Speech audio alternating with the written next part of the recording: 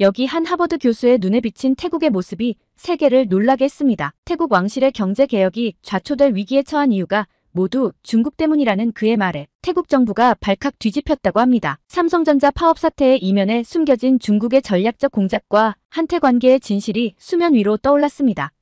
특히 중국이 태국의 노동자들을 이용해 한국 기업을 압박하려 했다는 충격적인 진실이 밝혀져 파문이 일고 있는데요. 이 교수는 태국에서 무엇을 보았길래 이런 폭탄 발언을 한 걸까요? 왕실의 비밀자문 요청으로 시작된 그의 방문은 어떻게 국제적 스캔들의 실체를 밝히는 계기가 됐을까요? 태국 왕궁의 긴급 비밀 회의에서 오간 충격적인 대화, 그 실체를 지금 공개합니다. 구독, 좋아요 꾹 눌러주세요.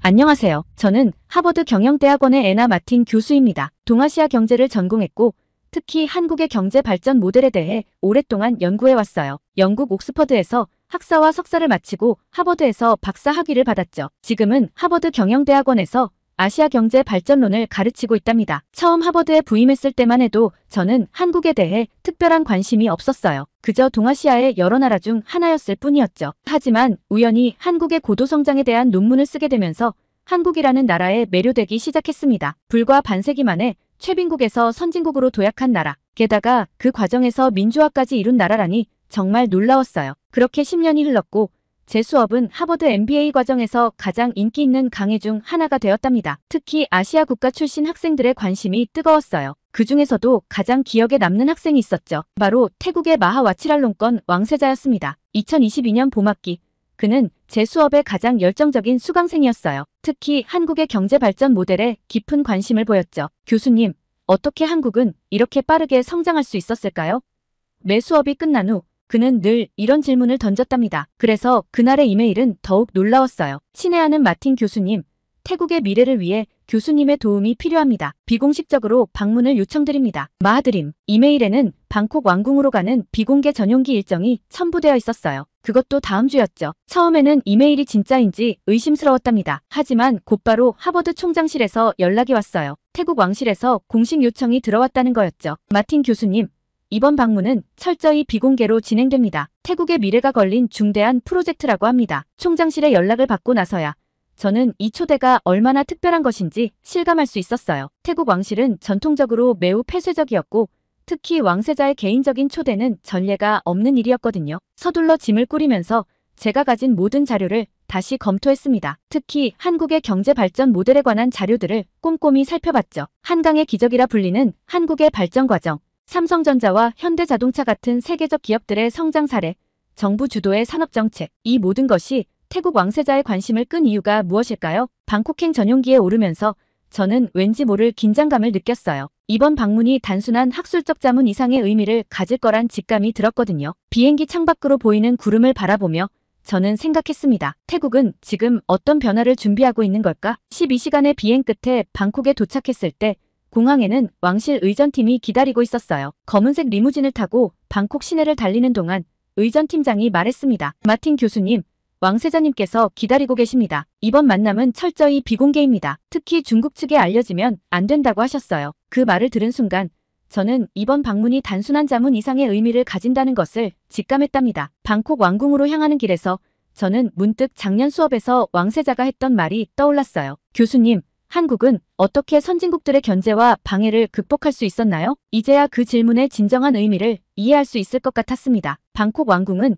제가 상상했던 것보다 훨씬 웅장했어요. 화려한 금빛 지붕과 정교한 조각들이 태양 아래 빛나고 있었죠. 하지만 우리는 정문이 아닌 비밀 통로로 입궁했답니다. 이쪽입니다, 교수님. 의전팀장을 따라 좁은 복도를 지나자 갑자기 현대적인 공간이 나타났어요. 마치 초현대식 회의실 같았죠. 벽면에는 세계 각국의 경제 지표가 실시간으로 표시되고 있었고 특히 한국의 경제 지표가 큰 화면을 차지하고 있었답니다. 마틴 교수님, 다시 뵙게 되어 반갑습니다. 왕세자는 하버드 시절과 똑같은 친근한 미소로 저를 맞이했어요. 하지만 그의 눈빛은 예전보다 훨씬 진지해 보였죠. 교수님, 먼저 이것을 보여드리고 싶습니다. 그가 보여준 태블릿에는 충격적인 자료가 담겨 있었어요. 지난 10년간 태국의 GDP 성장률, 산업구조 변화, 그리고 가장 놀라운 것은 주변국들의 경제적 영향력 변화였죠. 특히 중국의 영향력이 급격히 증가하고 있었답니다. 우리는 지금 중대한 기로에 서 있습니다. 교수님께서 수업에서 말씀하셨던 것처럼 한국이 1960년대에 직면했던 것과 비슷한 상황이에요. 왕세자의 말에 저는 깊이 공감했어요. 1960년대 한국이 선진국으로 도약하기 위해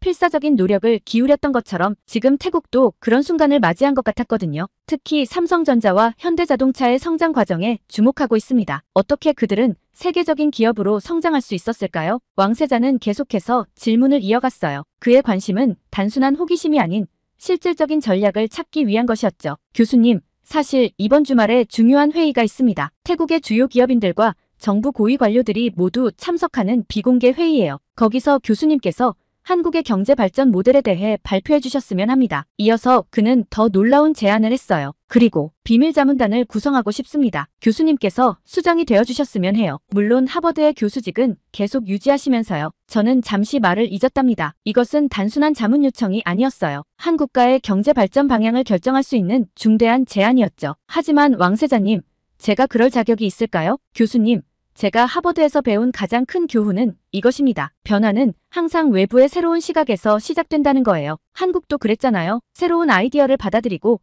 그것을 자신들의 방식으로 발전시켰죠. 회의실 창 밖으로 방콕의 스카이라인이 보였어요. 마천루들 사이로 고급 전자제품 매장의 삼성 로고가 빛나고 있었고 도로 위로는 현대자동차의 최신 모델들이 달리고 있었죠. 다음 주까지 답변을 기다리겠습니다. 그동안 태국의 현실을 직접 보시면서 고민해주세요. 왕세자의 제안을 듣고 호텔로 돌아오는 길에 저는 깊은 생각에 잠겼어요. 10년 전 제가 처음 한국의 경제 발전을 연구하기 시작했을 때는 상상도 못했던 상황이 벌어진 거죠. 이제 그 지식이 또 다른 나라의 변화를 이끄는 씨앗이 될 수 있다니. 호텔방에 도착해서 노트북을 열었어요. 책상 위에는 왕실에서 준비한 자료들이 가득했답니다. 창밖으로 방콕의 야경이 빛나는 가운데 저는 밤늦게까지 자료를 검토했어요. 그리고 곧 이 방문이 저의 인생은 물론 태국의 미래를 바꿀 수도 있는 중대한 전환점이 될 것이란 걸 직감했답니다. 다음 날 아침 저는 다시 왕궁으로 향했어요. 이번에는 더욱 철저한 보안 절차가 있었답니다. 휴대폰은 물론이고 모든 전자기기를 수거당했죠. 심지어 제가 들고 간 노트와 펜까지 검사를 받았어요. 오늘 회의는 태국의 미래를 결정할 수 있는 중요한 자리입니다. 의전 팀장의 말에는 무게감이 느껴졌어요. 어제와는 다른 경로로 안내된 회의실은 더욱 깊숙한 곳에 있었답니다. 문을 열자 왕세자를 포함해 15명 정도의 인물들이 이미 자리에 앉아 있었죠. 마틴 교수님, 이분들은 태국 재계와 정부의 핵심 인사들입니다. 왕세자의 소개로 회의가 시작됐어요. 그들 앞에는 두꺼운 문서 파일이 놓여 있었는데 겉표지에는 프로젝트 피닉스 타일랜드 2030이라고 적혀 있었답니다. 먼저 우리의 현주소부터 살펴보겠습니다. 스크린에 첫 번째 자료가 떴어요. 태국의 GDP 분석표였죠. 특히 눈에 띄는 것은 왕실 기업들의 영향력이었어요. 전체 GDP의 35%를 차지하고 있었지만 대부분이 부동산과 관광업에 집중되어 있었답니다. 우리는 지금 위기에 직면해 있습니다. 재무부 장관으로 보이는 인물이 발언을 시작했어요. 현재 우리 왕실 기업들의 수익성은 계속 하락하고 있습니다. 반면 보세요. 태국에 진출한 한국 기업들의 성과입니다. 두 번째 스크린에는 삼성전자 태국법인의 실적이 표시됐어요. 지난 5년간 매출은 3배, 순이익은 4배 증가했더군요. 더 놀라운 것은 현지화율이었습니다. 삼성전자 태국법인의 현지 직원 비율이 98%에 달합니다. 하지만 생산성은 삼성전자 글로벌 평균의 95% 수준을 유지하고 있어요. 어떻게 이것이 가능한 걸까요? 왕세자가 저를 바라봤어요. 모든 시선이 저에게 집중됐죠. 그것은 한국 기업들의 체계적인 현지화 전략 때문입니다. 단순히 공장만 세우는 게 아니라 기술과 경영 노하우를 전수하는 거죠. 제가 설명을 시작하자 참석자들이 필기를 하기 시작했어요. 특히 주목할 점은 교육 시스템입니다. 삼성전자는 입사 즉시 6개월간의 집중 교육을 실시해요. 현대자동차도 마찬가지고요. 단순히 기술만이 아닌 기업 문화까지 전수하는 거죠. 회의실에는 잠시 정적이 흘렀어요. 그때 왕세자가 결정적인 자료를 공개했답니다. 이것을 보시죠. 우리 왕실 기업들의 혁신 지수입니다. 스크린에 나타난 수치는 충격적이었어요. R&D 투자 비율은 매출액 대비 0.3%에 불과했고 특허 출원 건수도 경쟁사들의 10분의 1 수준이었죠. 우리는 변해야 합니다. 마치 1960년대 한국이 그랬던 것처럼요. 왕세자의 목소리에는 강한 결의가 담겨 있었어요. 그가 꺼낸 세 번째 자료는 타일랜드 이너베이션 프로젝트였습니다. 첫째, 왕실 기업들을 첨단 산업 중심으로 재편하겠습니다. 둘째, 한국의 재벌 시스템을 벤치마킹하여 글로벌 경쟁력을 키우겠습니다. 셋째, 이를 위해 한국의 주요 기업들과 전략적 제휴를 맺고자 합니다. 회의실이 갑자기 술렁이기 시작했어요. 특히 고위 관료들의 표정이 심각해 보였죠. 하지만 왕세자님, 중국이 누군가 우려를 표명하려 했지만 왕세자가 단호하게 말을 끊었답니다. 우리는 더 이상 기다릴 수 없습니다. 지금 이 순간에도 우리의 경쟁력은 떨어지고 있어요. 한국은 어떻게 했습니까? 마틴 교수님, 한국은 선택과 집중 전략을 폈어요. 1960년대 초 한국 정부는 특정 기업들을 선택해 집중 육성했죠. 그들에게 과감한 지원을 했지만 동시에 엄격한 성과 관리도 시행했답니다. 삼성이나 현대가 초기에는 작은 무역상이나 건설회사였다는 걸 잊지 마세요. 제 설명이 끝나자 왕세자가 결정적인 제안을 했어요. 우리도 그렇게 하겠습니다. 5개의 왕실 기업을 선택해 집중 육성하겠어요. 목표는 10년 내 글로벌 기업으로의 성장입니다. 마틴 교수님께서 자문해 주시겠죠? 저는 잠시 망설였어요. 이것은 단순한 자문을 넘어서는 거대한 프로젝트였으니까요. 하지만 왕세자의 눈빛에서 진정성이 느껴졌답니다. 네, 돕겠습니다. 하지만 한 가지 조건이 있어요. 이 프로젝트는 반드시 투명하게 진행되어야 합니다. 물론입니다. 그것이 바로 제가 교수님을 모신 이유니까요. 회의가 끝나갈 무렵 저는 이 순간이 태국 경제사의 중요한 전환점이 될 것이란 확신이 들었어요. 마치 1960년대 한국의 경제개발 5개년 계획이 시작되던 순간처럼 말이죠. 잠시만요. 회의실 끝자리에 앉아있던 노동부 장관이 손을 들었어요. 한국의 경제발전 모델을 그대로 도입하는 것에 대해서는 신중해야 할 것 같습니다. 특히 기업 문화 측면에서요. 분위기가 순간 긴장됐어요. 노동부 장관은 태블릿을 조작하더니 새로운 자료를 스크린에 띄웠답니다. 지난달 있었던 삼성전자 방콕 공장의 파업 사태를 아십니까? 저는 몰랐다는 듯 고개를 저었어요. 왕세자의 표정도 심각해졌죠. 5,000명의 노동자들이 참여한 대규모 파업이었습니다. 근로조건 개선과 임금 인상을 요구하며 3일간 공장 가동이 중단됐었죠. 스크린에는 공장 앞에서 시위하는 노동자들의 사진이 띄워졌어요. 태국어로 쓰인 피켓들이 보였는데 번역본을 보니 한국식 경영 방식, 거부, 태국의 문화를 존중하라 같은 구호들이었답니다. 하지만 이상하지 않나요? 제가 자료를 자세히 살펴보며 물었어요. 삼성전자 태국법인의 임금 수준은 현지 평균보다 30% 높다고 되어 있는데요. 바로 그겁니다. 산업부 차관이 끼어들었어요. 더구나 근로환경도 태국 최고 수준이에요. 작년에는 태국 최우수 일터상도 받았죠. 그런데 왜 갑자기 파업이 일어났을까요? 회의실에 잠시 침묵이 흘렀어요. 왕세자가 천천히 입을 열었답니다. 실제 노동자들의 불만은 임금이나 근로조건이 아니었다고 합니다. 문화적 차이였죠. 예를 들어 한국식의 수직적 의사소통 방식이라든가 빠른 업무 처리를 강조하는 문화가 태국의 전통적인 업무 방식과 충돌했다고 해요. 저는 잠시 생각에 잠겼어요. 한국의 경제 발전을 연구하면서 이런 문화적 충돌은 예상했던 부분이었거든요. 사실 이런 문제는 한국 기업들이 해외에 진출할 때마다 겪어온 과제였습니다. 제가 설명을 시작했어요. 초기에는 미국이나 유럽에서도 비슷한 문제가 있었죠. 하지만 지금은 어떻습니까? 삼성이나 현대는 각 나라의 문화에 맞게 자신들의 경영 방식을 성공적으로 현지화시켰어요. 그렇다면 교수님, 이번 파업 사태를 어떻게 보시나요? 왕세자가 물었어요. 좀 더 자세한 정보가 필요할 것 같은데요. 파업이 일어난 시점이 특히 궁금합니다. 산업부 차관이 새로운 자료를 공유했어요. 보니까 더 이상한 점들이 눈에 띄었답니다. 파업 주도자들의 상당수가 입사 3개월 미만의 신입 직원들이네요. 그것도 모두 같은 시기에 입사했다고요? 네. 저희도 그 부분이 의심스러웠습니다. 노동부 장관이 고개를 끄덕였어요. 더구나 파업 이틀 전 중국의 한 전자기업이 태국 정부의 대규모 투자 계획을 제안해왔더군요. 혹시 제가 조심스럽게 물었어요. 노동자들 중에 특이한 배경을 가진 사람들은 없었나요? 왕세자가 의미심장한 표정으로 고개를 끄덕였답니다. 파업 주도자 중 3명이 중국계 기업에서 일한 경력이 있더군요. 그것도 인사 담당자였다고 해요. 회의실의 공기가 무거워졌어요. 모두가 같은 생각을 하고 있는 것 같았죠. 이것은 단순한 노사 갈등이 아닐 수 있습니다. 제가 조심스럽게 의견을 제시했어요. 누군가 의도적으로 문화적 차이를 갈등으로 키운 것은 아닐까요? 동의합니다. 왕세자가 단호하게 말했어요. 우리는 이 문제를 2가지 측면에서 접근해야 할 것 같네요. 하나는 실제 존재하는 문화적 차이를 어떻게 극복할 것인가, 또 하나는 이런 갈등을 이용하려는 세력에 어떻게 대응할 것인가 하는 점이죠. 저는 이 순간 태국의 경제개혁이 단순히 기술이나 시스템의 문제가 아니란 걸 깨달았어요. 이것은 문화와 정치,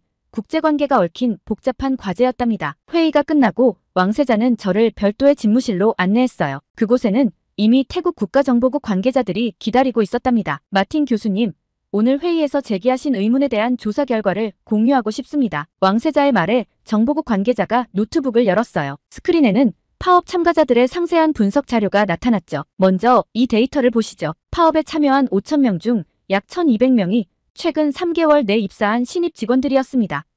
자료를 자세히 보니 더 이상한 점들이 눈에 띄었어요. 이 1200명은 모두 같은 채용 대행사를 통해 입사했더군요. 이 채용 대행사의 실소유주를 추적해봤습니다. 정보국 요원이 다음 슬라이드를 보여줬어요. 베이징에 있는 투자회사였죠. 그것도 중국 국영기업의 자회사더군요. 왕세자가 말을 이었습니다. 더 놀라운 건 그들의 행동 패턴이에요. 마치 사전에 짜여진 각본이 있었던 것처럼 모든 일이 체계적으로 진행됐거든요. 스크린에는 파업 발생 전후의 타임라인이 표시됐어요. 이건 우연의 일치라고 보기 어렵습니다. 정보국장이 말했어요. 특히 주목할 만한 것은 SNS에서의 여론 동향입니다. 새로운 화면이 떴어요. 파업 기간 동안 SNS에서 가장 많이 공유된 게시물들의 분석 자료였죠. 반환 정서를 부추기는 게시물의 80%가 가짜 계정에서 생성됐습니다. IP 추적 결과 대부분이 중국 선전과 상하이에서 발신됐더군요. 저는 깊은 충격에 빠졌어요. 이것은 단순한 노사 갈등이 아닌 치밀하게 계획된 작전이었던 거죠. 중국 언론들의 보도 행태도 수상했습니다. 정보국 요원이 계속 설명했어요. 파업 시작 직후 마치 준비되어 있었다는 듯이 한국 기업들을 비판하는 심층 기사들을 쏟아냈거든요. 왕세자가 자료 하나를 건네주었어요. 파업 주동자들의 통화 기록이었죠. 이들은 파업 전부터 중국 디전자의 임원들과 지속적으로 연락을 주고받았습니다. 심지어 파업 기간 동안의 생활비도 중국 계좌에서 송금됐더군요. 하지만 왜? 제가 물었어요. 왜 이런 일을? 이유는 단순합니다. 왕세자가 새로운 자료를 보여줬어요. 동남아시아 전자제품 시장 점유율 그래프였죠. 지난 5년간 삼성전자의 시장 점유율이 45%까지 올랐어요. 반면 중국 기업들은 20% 아래로 떨어졌죠. 특히 태국에서 삼성전자는 현지 직원들의 높은 만족도로 가장 일하고 싶은 기업 1위를 차지했고요. 정보국장이 말을 이었어요. 더구나 최근 삼성전자가 태국을 동남아시아 반도체 생산 거점으로 삼겠다고 발표하면서 중국 측의 초조함이 극에 달한 것 같습니다. 회의실에 무거운 침묵이 흘렀어요. 이것은 단순한 기업 간 경쟁을 넘어선 국가 차원의 전략적 대립이었던 거죠. 교수님, 왕세자가 진지한 표정으로 말했어요. 이제 우리는 어떻게 해야 할까요? 저는 잠시 생각에 잠겼어요. 이런 상황은 사실 한국도 겪었던 것이었죠. 1960년대 한국이 산업화를 시작할 때도 비슷한 방해 공작들이 있었다고 해요. 하지만 한국은 오히려 이를 기회로 삼았죠. 더 투명하고 공정한 시스템을 만드는 계기로 말이에요. 구체적으로 어떻게 하면 좋을까요? 왕세자가 물었어요. 먼저 이 사실을 공개하는 게 어떨까요? 물론 조심스럽게요. 동시에 한국 기업들과 함께 새로운 노사 문화를 만들어가는 프로젝트를 시작하는 거죠. 위기를 기회로 만드는 겁니다. 창밖으로 방콕의 석양이 보였어요. 마치 새로운 시대의 시작을 알리는 것 같았답니다. 이 문제는 조용히 처리하는 게 좋겠습니다. 정보국 보고를 받은 후 왕세자는 신중한 태도를 보였어요. 저는 그의 판단에 동의했죠. 이런 민감한 사안을 공개적으로 다루면 오히려 더 큰 문제가 될 수 있었으니까요. 하지만 철저한 조사는 필요합니다. 왕세자가 계속해서 말했어요. 마틴 교수님께서 조사위원회의 자문을 맡아주셨으면 합니다. 조사는 신속하게 진행됐어요. 노동부, 산업부, 그리고 정보국이 합동으로 태국 내 한국 기업들의 실태를 조사했죠. 특히 삼성전자, 현대자동차, LG전자 같은 대기업들을 중심으로요. 일주일 후 첫 번째 보고서가 나왔습니다. 흥미로운 발견들이 있네요. 제가 보고서를 훑어보며 말했어요. 삼성전자 방콕 공장의 경우 직원 복지 프로그램이 태국 제조업계 최고 수준이에요. 왕세자가 관심을 보이며 자료를 살펴봤어요. 직원 의료보험이 가족까지 보장되고 자녀 학자금 지원도 있네요. 심지어 부모님 의료비까지 지원한다고요? 네. 더 놀라운 건 현지 인재 육성 시스템입니다. 제가 다음 페이지를 가리켰어요. 매년 300명의 태국 직원들을 한국 본사로 파견해서 교육하고 있어요. 기술 연수뿐만 아니라 경영 노하우까지 전수하고 있죠. 보고서는 계속해서 놀라운 사실들을 보여줬어요. 현대자동차의 경우 100개가 넘는 현지 부품업체들과 상생 협력을 하고 있었고 LG전자는 방콕 외곽에 기술학교를 설립해 지역 청년들을 교육하고 있었죠. 이런 사실들이 왜 지금까지 제대로 알려지지 않았을까요? 왕세자가 의아해했어요. 아마도 한국 기업들의 특성 때문일 거예요. 제가 답했죠. 그들은 보통 이런 활동들을 홍보하기보다는 묵묵히 진행하는 편이거든요. 조사는 계속됐고 두 번째 주에는 더 구체적인 내용들이 밝혀졌어요. 파업 참가자들의 실제 근무 환경과 만족도를 조사한 결과였죠. 대부분의 직원들이 실제로는 매우 만족하고 있었네요. 노동부 관계자가 보고했어요. 특히 교육 기회와 승진 가능성에 대해 높은 점수를 줬습니다. 왕세자는 이 모든 자료를 검토한 후 조용히 몇 가지 결정을 내렸어요. 첫째, 이번 조사 결과는 공개하지 않기로 했죠. 대신 관련 부처들이 개별적으로 필요한 조치를 취하기로 했어요. 둘째, 파업 주동자들에 대해서는 법적 처벌 대신 인사조치로 마무리하기로 했답니다. 불필요한 갈등을 피하기 위해서였죠. 셋째, 한국 기업들의 우수 사례를 태국 기업들과 공유하는 프로그램을 만들기로 했어요. 물론 이것도 조용히 진행하기로 했죠. 교수님, 왕세자가 마지막 회의에서 말했어요. 이번 일을 계기로 많이 배웠습니다. 때론 침묵이 최고의 해결책이 될 수 있다는 걸요. 저는 고개를 끄덕였어요. 실제로 이 조용한 해결 방식이 효과가 있었거든요. 파업 참가자들은 하나둘 일터로 복귀했고 공장은 정상화됐죠. 더 놀라운 건 직원들의 태도 변화였어요. 한국 기업에서 일할 수 있어서 자랑스럽습니다. 한 직원이 사내 게시판에 올린 글이 조용히 퍼져나갔어요. 진심이 담긴 이야기는 어떤 선전보다도 강했나 봅니다. 며칠 후 귀국길에 오르며 저는 이번 일을 통해 중요한 교훈을 배웠다고 생각했어요. 때로는 큰 소리를 내지 않고도 진정성 있는 행동만으로도 충분히 사람들의 마음을 움직일 수 있다는 것을요. 조용한 해결 방식은 예상보다 더 큰 효과를 가져왔어요. 제가 하버드로 돌아간 지 2주 후 왕세자로부터 긴 이메일을 받았답니다. 마틴 교수님, 흥미로운 변화들이 일어나고 있습니다. 이메일에는 최근 태국에서 벌어진 일들이 상세히 적혀 있었어요. 파업에 참여했던 노동자들이 하나둘씩 자발적으로 업무에 복귀하기 시작했다는 거예요. 특히 인상적이었던 건 그들의 태도 변화였죠. 처음에는 저희도 의아했습니다. 왕세자의 이메일은 계속됐어요. 복귀한 직원들이 오히려 한국 기업의 문화를 적극적으로 수용하기 시작한 거예요. 예를 들어 아침 조회나 품질 관리 회의 같은 것들을요. 실제로 삼성전자 방콕 공장의 분위기는 완전히 달라졌다고 해요. 직원들이 자발적으로 혁신 동아리를 만들어 한국의 기업 문화를 연구하기 시작했죠. 현대자동차 공장에서도 비슷한 움직임이 일어났고요. 더 놀라운 건 SNS에서 일어난 변화입니다. 왕세자가 보내준 캡처 화면들을 보니 젊은 태국 직원들이 자신의 직장을 자랑하는 게시물들이 늘어나고 있었어요. 한국어를 배우는 모습, 한국 본사 연수 경험, 새로 배운 기술을 소개하는 내용들이었죠. 그리고 교수님, 가장 큰 변화는 바로 어제 있었습니다. 삼성전자가 전격적으로 새로운 투자 계획을 발표했다는 거예요. 방콕 외곽에 대규모 반도체 패키징 센터를 설립한다는 내용이었죠. 투자 규모만 20억 달러, 태국을 동남아시아 반도체 생산의 거점으로 만들겠다는 계획이었어요. 이게 끝이 아닙니다. 현대자동차그룹도 곧이어 발표를 했대요. 태국을 동남아시아 전기차 수출 허브로 육성하겠다는 계획이었죠. 기존 공장을 전기차 생산 라인으로 전환하고 배터리 공장도 새로 짓겠다는 거였어요. 한국 기업들의 이런 결정은 우리에게 큰 의미가 있습니다. 왕세자의 이메일은 계속됐어요. 그들은 파업 사태에도 불구하고 태국을 신뢰하고 있다는 걸 보여준 거니까요. 태국 정부도 즉시 행동에 나섰답니다. 산업부가 먼저 특별 지원책을 발표했어요. 반도체와 전기차 산업에 대한 세제 혜택 확대, 인프라 지원, 인력 양성 프로그램 등이 포함됐죠. 마틴 교수님, 이건 제가 개인적으로 알게 된 사실인데요. 왕세자의 이메일 말미에는 더 흥미로운 내용이 있었어요. 중국 디전자가 썼던 전략이 오히려 역효과를 낳은 것 같습니다. 그들의 투자 제안을 검토하던 다른 동남아 국가들도 태국의 상황을 지켜보고 있었거든요. 실제로 베트남과 인도네시아에서도 비슷한 움직임이 일어나고 있다고 해요. 한국 기업들의 현지화 전략과 상생 정책이 새롭게 조명받기 시작한 거죠. 가끔은 위기가 기회가 되기도 하나 봅니다. 왕세자의 이메일은 이렇게 끝났어요. 이번 일을 계기로 우리는 더 믿을 만한 파트너를 찾았습니다. 저는 이메일을 읽으며 생각했어요. 이것이 바로 진정한 소프트 파워가 아닐까요? 강요나 압박이 아닌 진정성과 신뢰로 사람들의 마음을 얻는 것. 한국 기업들은 그것을 보여준 거죠. 태국에서의 경험을 정리하면서 저는 이런 생각이 들었답니다. 때로는 가장 조용한 변화가 가장 큰 변화를 만들어낸다는 것을요. 이제 정리할 시간이군요. 저는 컴퓨터를 켜고 새로운 문서를 열었어요. 제목은 이렇게 달았죠. 신뢰의 경제학 한국 기업의 태국 진출 사례 연구. 이 내용은 곧 하버드 비즈니스 리뷰에 실릴 예정이에요. 물론 민감한 내용들은 적절히 가공해서요. 마틴 교수님, 지난 봄의 일이 믿기지 않네요. 왕세자가 제게 다가와 말을 걸었어요. 우리는 센터 전망대에서 이야기를 나눴죠. 아래로는 삼성전자의 스마트 팩토리가 한눈에 보였어요. 네, 많은 것이 변했어요. 특히 노사 관계가 완전히 달라졌죠. 이노베이션 센터의 1층에는 상생협력관이 마련되어 있었어요. 여기서는 태국 중소기업들이 스마트 팩토리 기술을 배우고 직원들은 최신 생산 기법을 교육받게 된다고 해요. 하버드 비즈니스 리뷰에 실은 교수님의 기사가 큰 반향을 일으켰어요. 제가 쓴 기사의 제목은 신뢰의 경제학 아시아의 새로운 협력 모델이었어요. 민감한 내용은 제외하고 한국 기업들의 성공적인 현지화 전략과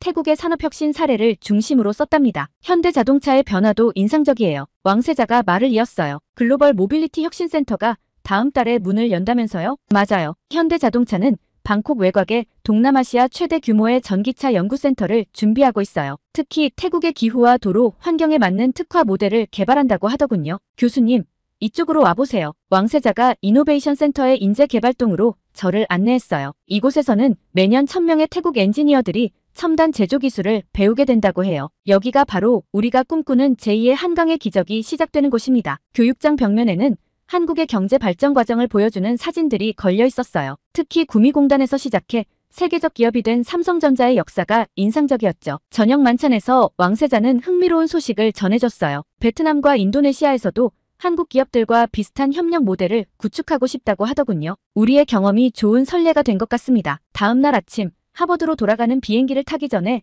마지막으로 삼성전자 공장을 들렀어요. 8개월 전 파업의 흔적은 찾아볼 수 없었죠. 대신 태국어와 한글로 된 함께 성장하는 미래라는 슬로건이 눈에 띄었어요. 비행기 안에서 저는 새로운 논문을 구상하기 시작했답니다. 제목은 이렇게 정했어요. 신뢰와 협력의 시대, 아시아 경제의 새로운 패러다임. 창밖으로 방콕의 마지막 풍경이 보였어요. 8개월이라는 짧은 시간이었지만 이 도시는 분명히 변화하고 있었답니다. 오늘의 사연은 여기까지인데요. 하버드 애나 마틴 교수님의 감동적인 사연 감사하며 앞으로도 응원하겠습니다. 구독과 좋아요 감사드리며 다음 영상으로 찾아뵙겠습니다.